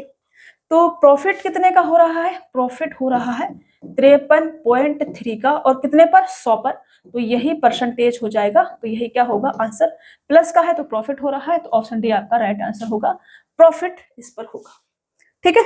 अब लिख भी सकते हो कि प्रॉफिट हुआ है कितने का, प्रॉफिट हुआ है 53.3% का, और ये होगा आंसर। समझ में आ रहा है ना बाबा, समझ में नहीं आया तो क्या करने का, पूछने का मेरे को। यदि किसी संख्या का 25% 72 में जोड़ा जाए तो परिणाम के रूप में समान संख्या प्राप्त होती है, उसी संख्या का 60% क्या है, मतलब x का 25% 1/4 इसमें जोड़ दिया जाए, 72 में जोड़ दिया जाए तो परिणाम में x हमें प्राप्त हो जाता है। तो 1/4 धर ले जाओ, तो x माइनस का x/4 बराबर कितना आ जाएगा, 72। अब 3x/4 3 से काटोगे, 3 दूनी 6 3 चौक 12, तो x बराबर 24 चौका 96 आ जाएगा, कितना आ जाएगा 96। अब x बराबर 96 आ गया, और इस 96 का 60% मेरे से पूछा है, तो 60% कितना आ जाएगा, 9 छिक्के 54, 540 और 6 36 मतलब 576, मतलब कि पॉइंट लग जाएगा, तो 57.6 ये आपका आंसर हो जाएगा, 557.6 ये आपका क्या हो जाएगा आंसर। ये 96 लिखा हुआ बच्चा, ठीक है क्या है ये, कभी रेड चल जाता है, कभी ऐसे मत करा करो बाबा, ये ठीक है, अभी ठीक लग रहा है ना। चलिए 6.90 रुपए प्रति लीटर के 40 लीटर दूध में कितना पानी मिलाया जाना चाहिए ताकि मिश्रण का मूल्य 4.60 रुपए प्रति लीटर हो जाए। अब देखो पानी मिला दिया, वैसे दूध का कीमत क्या था 6.90 रुपए प्रति लीटर, अब पानी मिला दिया तो दूध का कीमत कितना है 4.60 रुपए प्रति लीटर, बाकी क्या होगा, बाकी का जो वसूल कर रहा है वो किसका मूल्य होगा, पानी का, समझ रहे हो ना। तो मैं ये कह सकती हूँ कि मिल्क और वाटर का जो प्राइस का रेशियो आ जाएगा वो कितना आ जाएगा 4.60, और बाकी का किसका ले रहा होगा, ये पानी का ले रहा होगा कितना 03.2, ये ले रहा होगा रेशियो, 0 से 0 पॉइंट से पॉइंट, और 23 दूनी और 23 एकम 23, इस 2 की वैल्यू मुझे दे रखी है 40 लीटर, तो 1 की वैल्यू कितनी आ जाएगी 20 लीटर, ये पानी हो गया इसका 20 लीटर, इसने क्या मिला दिया, गंगाजल पानी मिला दिया, किसमें, दूध में। कर पाएंगे ऐसा कोई क्वेश्चन आ जाएगा तो। चलिए, एक संख्या को 50% बढ़ाने पर 3870 प्राप्त होती है, संख्या क्या है। 50% बढ़ाने पर मतलब कि 150%, 100% तो संख्या खुद होगी, 50% बढ़ा दिया तो 150% हो गई, 150% बराबर हमको दे रखा है 38। देखो ऐसे कॉमन सेंस से भी कर सकते हैं, कैसे, अब देखो 100% मुझे चाहिए, मुझे कितना चाहिए 150% मेरे को दे रखा है, 100% चाहिए, तो 100% इससे तो छोटा ही होगा, तो ऑप्शन ये गया, ये गया। अब इतना कम थोड़ी हो जाएगा कि इसका भी क्या हो जाए आधा, ऐसा कम थोड़ी हो जाएगा, तो ये आपका आंसर हो जाएगा इसका, इतना कम थोड़ी है, 12 3 36 होता है, उससे भी कम ऐसा नहीं होगा, 100% मतलब कि ये आपका आ जाएगा, तो ये भी नहीं होगा। ऐसे में कॉमन सेंस लगा सकते हो आप, कॉमन सेंस लगाना चाहिए, नहीं लगाना चाहते हैं तो ऐसे कर सकते हैं, काट सकते हैं, से पहले 50 से काट लो 3, 50 से काट दो 2, अब 3 क्या कितना गुना है ये, 3 एकम 3, 3 दूनी 6 और 3 नियम 27, इधर कर दो इसका 1290, 12 दूनी 24, 2400 और 9 दूनी 18, तो 2580 आ गया। देखो हमने कहा था कि यही आएगा, दिस इज आंसर। ठीक है, चलो ऐसे कर सकते हैं। मुझे सच में बहुत ज्यादा वीकनेस हो रही है, मेरे को खड़ा नहीं हुआ जा रहा, मतलब मेरे को लग रहा है मैं लेट जाऊं ये कि ऐसा लग रहा है मुझे, और मैं लेट नहीं सकती। सेल के दौरान राघव 50 रुपए की अंकित मूल्य वाली एक नोटबुक 40% छूट पर और 32 रुपए अंकित मूल्य वाला एक पेन 50% छूट पर खरीदता है। सेल के कारण से कितने रुपए की बचत हुई? जितने की छूट मिलेगी उतनी की बचत होगी उसको। तो 50 रुपए वाली पे उसको 40% की छूट मिली है, तो 5 चौक 20 रुपए की बचत होगी यहाँ पर। और 32 वाले पे उसको 50% की छूट मिली है, तो 50% 16 हो गया इसका, तो इतने की छूट मिलेगी। टोटल छूट कितने की मिलेगी? 36 रुपए की, तो 36 रुपए की इसको बचत हो जाएगी। 36 रुपए, ऑप्शन सी इसका राइट आंसर हो जाएगा। समझ रहे हो? 85 का स्क्वायर हमें बताना है, तो 85 का स्क्वायर जिसमें संख्या के लास्ट में 5 लगा हो, तो सबसे पहले 5 का स्क्वायर 5 25, फिर इसका स्क्वायर इसका मल्टीपल इससे बाद आने वाली संख्या से, तो 8 5 9 आता है, तो 9 8 72, ये आंसर हो जाएगा। मैंने आपको स्क्वायर में कराया था, अगर आपने नहीं देखा है तो गलती आपकी है, मेरी नहीं है रे बाबा। समझ रहे हो? अब वैसे भी किसी भी संख्या के लास्ट में 5 है, उसका स्क्वायर करेंगे तो लास्ट में 5 25 जरूर आएगा, मतलब 25 जरूर आएगा। समझ रहे हो? ऐसे वो 25 किसी में नहीं दे रखा है, एक ही में दे रखा है, ऐसे भी कर सकते हैं आप, लेकिन ऐसे तुक्का नहीं लगाना है। और में भी हो सकता था 25, आपको सीखना है। मान लो मैं 75 ले लेती हूँ और मैं कह रही हूँ कि 75 का स्क्वायर आपको करना है, तो सबसे पहले 5 का स्क्वायर करना है, कितना आ जाएगा? 5 25। उसके बाद किसका? उसके बाद ये जो संख्या है इसका मल्टीपल इससे बाद आने वाली संख्या से करना है, तो 7 का मल्टीपल 7 के बाद क्या आता है? 8, तो 8 7 56, और 56 यहाँ लिख देना, ये इसका क्या हो जाएगा? आंसर। समझ रहे हो? चलो आगे बढ़े, कर पाएंगे आप आराम से। इसका हमें बताना है वैल्यू, तो देखो 5/5 5/5, 1 और 1 2 से माइनस का 2 चला जाएगा। अब मेरे पास बचा 4/10 प्लस का, इसको मैं ऊपर नीचे गुणा कर लूँ 2 से, तो ये कितना आ जाएगा? 2/10, तो ये कितना आ जाएगा? 6/10। बस बात खत्म। मैंने ऐसे ऐसे लिख लिया ना, मैं लिख सकती हूँ ऐसे ऐसे बाबा, मैंने इजी बना लिया, मैंने इसका डिनोमिनेटर क्या कर दिया? सेम कर दिया। चलो, वह सबसे छोटी प्राकृतिक संख्या ज्ञात कीजिए जो 15 63 21 और 70 से विभाज्य है। जो कॉमन सेंस लगा सकते हो, इनका मुझे एलसीएम लेना पड़ेगा, और एलसीएम जो भी लूंगी उसमें लास्ट में 0 जरूर आएगा, तो संख्या जो भी विभाज्य होगी 0 जरूर आएगा, तो option C right answer. Without 0 वाली संख्या एलसीएम हो ही नहीं सकती है, क्योंकि संख्या में क्या है? 0 है। अगर संख्या 0 है, संख्या एलसीएम क्या होता है? सभी संख्याओं से डिवाइड होने वाली संख्या एलसीएम, तो संख्याओं से डिवाइड होगा, एक संख्या में 0 है तो एलसीएम में भी 0 होगा, और एक ही में 0 दे रखा है। ऐसे कर सकते हैं आप, समझ रहे हो? ऐसे नहीं करना चाहते, तरीका सीखना है, तो एक संख्या पकड़ो, इसमें से मैंने 9 7 63 ये पकड़ लिया, ठीक है ना? ये क्या है? 9 7 63, ये मैंने पकड़ लिया, ठीक है, 63 ले लिया मैंने। अब इसका मैं करूँ तो 5 3 15, 3 में ये 9 आ गया, 3 है, 9 में भी 3 है ना, तो यहाँ से केवल मैं 5 लूंगी, यहाँ से कितना लूंगी? केवल 5 लूंगी। 7 3 21, 7 है, 3 और मेरे को लेना है, तो 3 भी है इसमें, यहाँ पे 3 है, 21 से करता है 63, तो 21 भी गया, ये भी गयो, ये भी गयो, ये भी गयो। अब इसको लेते हैं, ये है 14 पंजू 70, 14 पंजू 70 में 5 मैंने ले लिया, 14 बचा, 14 में 7 दूनी 14, 7 है मेरे पास ऑलरेडी, 2 बचा, तो 2 और लूंगी मैं यहाँ पर बस, तो ये कितना आ जाएगा? 5 10 और 63 और 0, दिस इज आंसर। फटाफट ऐसे करना है आपको, ऐसे नहीं हर संख्या को तोड़ते बैठे रहोगे, ऐसे ऐसे ऐसे पागलबंदी नहीं करनी, थोड़ा सा बड़ा होना है रे बाबा, बच्चे नहीं रहना है। कब तक बच्चा कब तक रहोगे? अभी बड़े हो गए हो, खाना पीना खाते हो, टहलते वहलते हो, टांग से उलने निकल जाते हो गली गली में, है शाम को जाते होंगे तुम लोग। तो ये जो बड़े हो रहे हो ना, सिर्फ उलने के लिए नहीं, थोड़ा सोचने के लिए भी होना पड़ेगा, ठीक है? लतिका और हिमानी मिलकर एक व्यापार में 47,800 का निवेश करते हैं। वर्ष के अंत में 7,500 के कुल लाभ में से लतिका का हिस्सा 2700 रुपए था, हिमानी का निवेश कितना था, ये हमसे कहा जा रहा है। तो व्यापार में हमने कुछ पैसा लगाया, हमने नहीं, लतिका और हिमानी ने, और उसमें वर्ष के अंत में लाभ हुआ है 7,500 रुपए का, जिसमें से लतिका को मिला है 2700 रुपए, तो हिमानी को कितना रुपया मिला है? हिमानी का निवेश कितना था? तो मैंने आपसे कहा अब सेम टाइम के लिए पैसा लगाया, 1 वर्ष के लिए, तो टाइम तो गया, तो प्रॉफिट बराबर कितना आ जाएगा आपका? जिसमें आप पैसा लगाएंगे, जितना पैसा लगाएंगे, जितना टाइम के लिए लगाएंगे, उस रेशियो में आपका क्या बनता है? प्रॉफिट। तो प्रॉफिट का रेशियो अगर हम लें, तो प्रॉफिट का रेशियो क्या है इनका? प्रॉफिट का रेशियो ये है आपकी लतिका और ये है आपकी हिमानी, ठीक है? शॉर्ट में लिख देती हूँ। लतिका को मिला है 2700 रुपए, तो हिमानी को कितना मिला होगा, 7500 है टोटल, तो 4800 मिला होगा, ठीक है ना, 4800। ये 6000 और 200 लगाएंगे 7500, ये हो जाएगा। अब मैं इसका अगर रेशियो ले लूं तो मुझे किसका रेशियो मिलेगा, इन्वेस्टमेंट का। इन्वेस्टमेंट का रेशियो कितना आ जाएगा, टाइम के इक्वल है तो इन्वेस्टमेंट का रेशियो आएगा मेरे पास अब यहाँ से, तो 0 0 और 0 0, 3 निम 27 और 3 एकन 3 और 3 छक्का 18, ये आ जाएगा इन्वेस्टमेंट। तो टोटल मैं ये कह सकती हूँ कि ये आ जाएगा हमारा 25, और इस 25 की वैल्यू मुझे दे रखी है 47,800, ये दे रखी है। तो मेरे से हिमानी का पूछा है, हिमानी का कितना है 16, इस 16 की वैल्यू क्या होगी ये मेरे से पूछा है। तो ये आ जाएगा आपका 25 से काटूंगी तो 25 चौका 100, मतलब कि 478 इंटू का 4, ठीक है ना। इसका इतना गुना है, ये इससे 4 बार कटेगा ये, और 16 का मल्टीपल और मुझे करना है इसमें। तो 16 चौका 64, 4 और 8 चौक 32, 2 आएगा लास्ट में भाई, और 2 तो एक ही में दे रखा है, 30,592 रुपए, यही है क्या, 30,592 रुपए, क्योंकि 2 ही आएगा, 16 चौका 64 और 8 चौक 32, तो 30,592 रुपए, ये क्या हो जाएगा आंसर।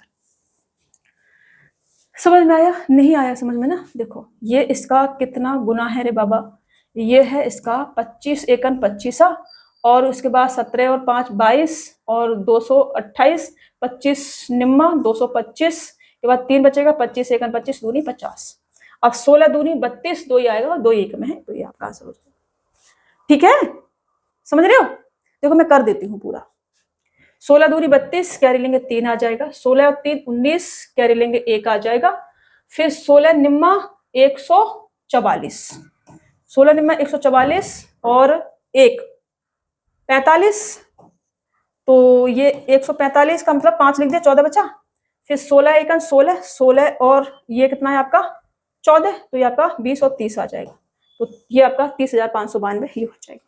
तो मैंने मल्टीपल करके बता दिया आपको, ऐसा नहीं करना है, ठीक है, समझना है चीजों को, ये पागलपंतिया काम नहीं करवाना मेरे से।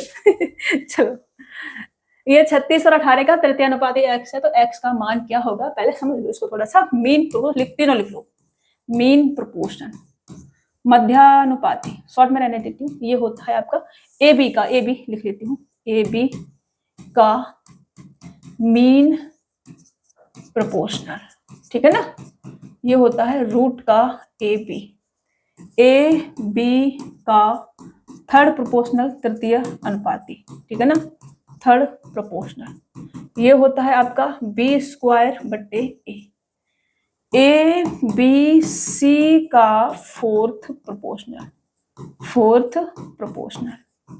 सारी चीजें मैं आपको रिवाइज कराती हुई चल रही हूँ। ये होता है आपका बी सी बट्टे ए, ये आपको क्या करना है, याद रखना है रे बाबा, क्वेश्चन पूछे जाएंगे इससे। मेरे से पूछा है थर्ड प्रोपोर्शनल, ठीक है ना, ये हो जाएगा आपका 18 का स्क्वायर, 18 इंटू 18 बट्टे 36, 18 दूनी 36, 2 निम 18, 9 आपका आंसर हो जाएगा ऑप्शन डी वाला, राइट आंसर। ये याद होने चाहिए आपको, कोई भी ये नहीं कहेगा मैम मुझे याद नहीं, कूट देंगे हम। 4 वर्ष पहले पी क्यू आर की औसत आयु 25 वर्ष थी, ये 3 वर्ष पहले पी और क्यू की औसत आयु 20 वर्ष थी, तो आर की वर्तमान आयु ज्ञात कीजिए, ये हमसे कहा जा रहा है। तो P plus Q plus R, ये 4 वर्ष पहले थी, तो 4 वर्ष तीनों बड़े हुए, 4 12 वर्ष, तो प्रेजेंट कितना आ जाएगा 25 75 और 12 कितना होगा 87, ठीक है ना, प्रेजेंट एज ए आ जाएगी। 3 वर्ष पहले पी और क्यू की औसत आयु 20 वर्ष थी, तो पी प्लस क्यू की प्रेजेंट एज कितनी आ जाएगी 20 दूनी 40 प्लस 3 दूनी 6, मतलब कि 46 वर्ष।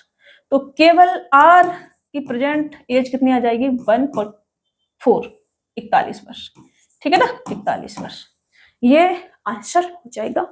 41 ईयर्स का है हमारे पास आर, ठीक है जी।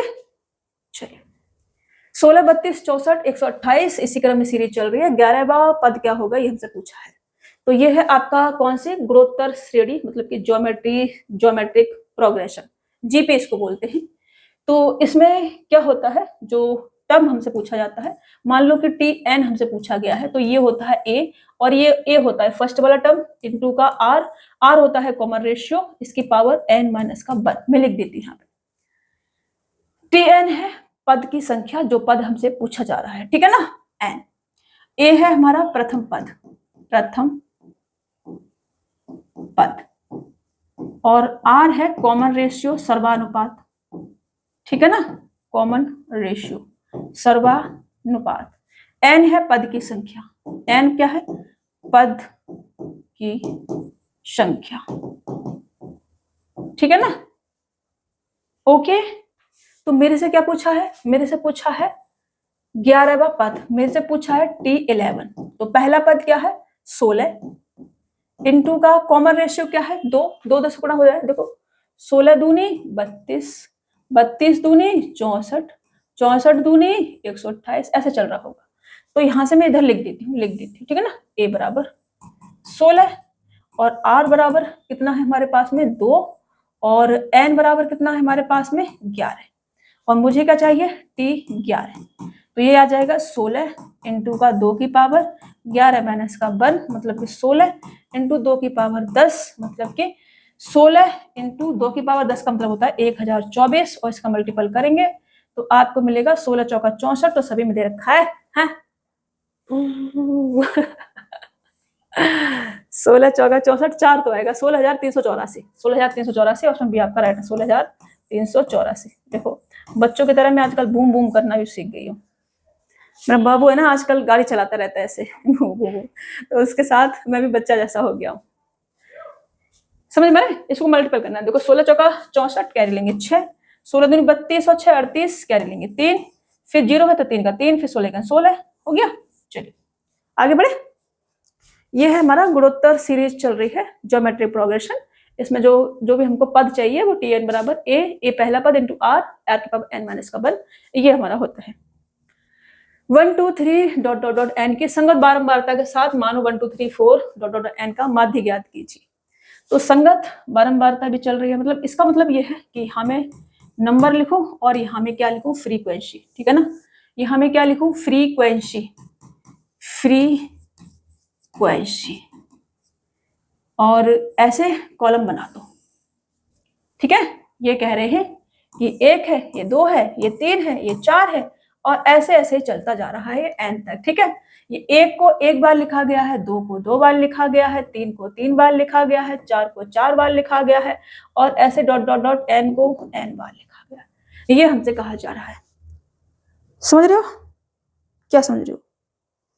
1 को 1 बार लिखा गया है, 2 को 2 बार लिखा गया है, 3 को 3 बार लिखा गया है, 4 को 4 बार लिखा गया है, 5 को 5 बार लिखा गया है, ऐसे ऐसे चल रहा है। तो सम कितना आ जाएगा, सम आ जाएगा, इसका मल्टीप्लाई से करेंगे तो 1 का स्क्वायर प्लस 2 का स्क्वायर प्लस 3 का स्क्वायर प्लस 4 का square dot dot dot dot n का स्क्वायर। और इसका फॉर्मूला क्या होता है, इसका फॉर्मूला होता है n ब्रैकेट में n प्लस का 1 और 2n प्लस 1 अपॉन का 6, ये फॉर्मूला होता है। अब मेरे से क्या पूछा है, माध्य, मीन पूछा है। माध्य बराबर क्या होता है, कुल पदों का योग बटे कुल पदों की संख्या। कुल पद कितने आ जाएंगे, पद टोटल पद कितने होंगे, 1 2 3 4 ये पद होंगे। जैसे कि 1 को 1 बार लिखा गया, 2 को 2 बार लिखा गया, 3 को 3 बार लिखा गया, पदों की संख्या ये होगी हमारी। तो यहाँ सम कितना आ जाएगा, n ब्रैकेट में n प्लस 1 अपॉन का 2, ये आ जाएगा। तो मीन बराबर क्या आ जाएगा, मीन मतलब कि माध्य बराबर कुल पदों का योग बट्टे कुल पदों की संख्या। तो n ब्रैकेट में n प्लस का 1 और 2n प्लस का 1 अपॉन के 6 को मैं क्या करूं, भाग करूं किससे, n ब्रैकेट में n प्लस का 1 अपॉन के 2 से। तो n प्लस का 1 n ये हमारा कट जाएगा, 2 से ये 3 बार कट जाएगा, हमारे पास आ जाएगा 2n प्लस का 1 अपॉन का 3, और ये क्या हो जाएगा आंसर। ऐसे कोई भी सीरीज आपको दिखती है, आप इसको सॉल्व करके आएंगे, छोड़ के आए तो हम तुम्हारी कुटाई लगा देंगे भाई, इससे ज्यादा तो हम क्या ही बोले। देखो the sum of the series 1 minus का 1 अपॉन n प्लस 1 माइनस का 1 अपॉन 2 अपॉन n। तो इसको मैं ऐसे लिख सकती हूँ, प्लस प्लस का अलग कर लेती हूँ, 1 प्लस का 1 प्लस का 1 और ऐसे ही n तक। अब माइनस का 1 अपॉन n में बाहर ले लेती हूँ, और ब्रैकेट में 1 प्लस का 2 प्लस का 3, ये वाला पार्ट रह जाएगा, तो इसे 1 अपॉन n मैंने बाहर ले लिया और ब्रैकेट में ले लिया प्लस का 4 और डॉट डॉट डॉट n तक। ऐसे कर सकते हैं कि नहीं, आप कहोगे यस। इसका सम करूंगी तो n ब्रैकेट में n प्लस 1 अपॉन 2 फॉर्मूला लगेगा, और देखो एक एक एक है, तो ये एक एक एक 50, मान लो 50 बार लिखा है, n 50 है, तो सम भी इसका 50 ही हो जाएगा कि नहीं हो जाएगा? तो इस सब का सम कितना आ जाएगा? n। इस सब का जो सम होगा, सम वो कितना आ जाएगा? n ही आ जाएगा। जितना टाइम तक लिखा होगा उतना ही सम होगा इसका, ठीक है ना। इसका सम ये आ जाएगा, ये क्या है? इसका सम है बाबा, सम। तो मैं क्या लिख सकती हूँ? n माइनस का 1/n इंटू का n और n प्लस का 1/2। यहां से ये वाला n से n जाएगा और ये वाला n इधर मल्टीपल करेंगे तो 2n माइनस का बाहर निकालेंगे इसको तो n माइनस का 1/2। ये आ जाएगा, n माइनस करेंगे तो n बचेगा, तो n माइनस का 1/2 ये आपका आंसर होगा। n माइनस का 1/2 ऑप्शन डी आपका राइट आंसर हो जाएगा। समझ में आ रहा है? सीरीज ऐसा कोई भी कुछ भी आए छोड़ के नहीं आना बाबा, मैं सच में कुड़ाई लगाऊंगी। बहुत मेहनत से करा रही हूँ और मैं इतना करा के दूंगी आपको कि कोई भी क्वेश्चन आपका ना छूटे। फिर भी अगर आप छोड़ के आओगे तो गलती आपकी, मेरी नहीं है। 7 मीटर ऊंचे एक पेड़ के सिर से 1 मीटर का उन्नयन कोण 30 डिग्री है। मीनार की ऊंचाई 47 मीटर है, तब मीनार से पेड़ जो है कितनी दूरी पर है, ये हमसे कहा जा रहा है। तो ये है पेड़ और ये है मीनार, ये मैंने बना दिया, ठीक है जी। और 7 मीटर का पेड़ है और 47 मीटर की मीनार है। इसको मैं ऐसे मिला दूं तो 7 मीटर ये हो गया और ऊपर बचा हमारा 40 मीटर। और उन्नयन कोण हमारा कितना है? 30 डिग्री का है, तो ये वाला 30 डिग्री हो गया। ये 30 डिग्री का है, 30 डिग्री के सामने अगर 40 है तो ये 60 डिग्री होगा और 60 डिग्री के सामने कितना आ जाएगा? 40√3। और यही वाली डिस्टेंस मेरे से पूछी है कि पेड़ और मीनार की डिस्टेंस क्या होगी, तो 40√3। ऑप्शन डी आपका राइट आंसर हो जाएगा। आप लिख लो थोड़े से फॉर्मूले, मैं लिखवा देती हूँ आपको, ठीक है जी। तो ये वाला अगर 30 डिग्री का है तो ये तो 90 डिग्री का ही अपना रहेगा, तो ये वाला x होगा, ये वाला x√3 होगा और ये वाला 2x होगा। और अगर ये वाला अपना कितने का है? 60 डिग्री का है, तो उस केस में ये x होगा और ये वाला x√3 होगा और ये 2x ही रहेगा। और अगर 45 का है, मान लो कि ये वाला 45 का है, ये तो 90 डिग्री का ही रहेगा, ये 90 डिग्री का ही रहेगा। ये 45 का है तो ये भी 45 का होगा, तो ये x और ये x√2 होगा। ये तीनों आप याद कर लेना, ठीक है। चलिए next, sec square 37 degree minus का टेन स्क्वायर 37 डिग्री। फॉर्मूला लिखेंगे सबसे पहले, साइन स्क्वायर थीटा प्लस का कॉस स्क्वायर थीटा बराबर 1 होता है। क्वेश्चन तो 1 सेकंड का है, सॉल्व कर लेंगे, पहले फॉर्मूला देख लो। साइन स्क्वायर थीटा बराबर माइनस का कॉस स्क्वायर थीटा बराबर 1 प्लस का कॉस थीटा और 1 माइनस का कॉस थीटा, ऐसे लिख सकते हैं। साइन यहाँ से कॉस केवल कॉस स्क्वायर थीटा बराबर 1 माइनस का साइन स्क्वायर थीटा बराबर 1 प्लस का साइन थीटा और 1 माइनस का साइन थीटा। गले में क्या हो गया बाबा?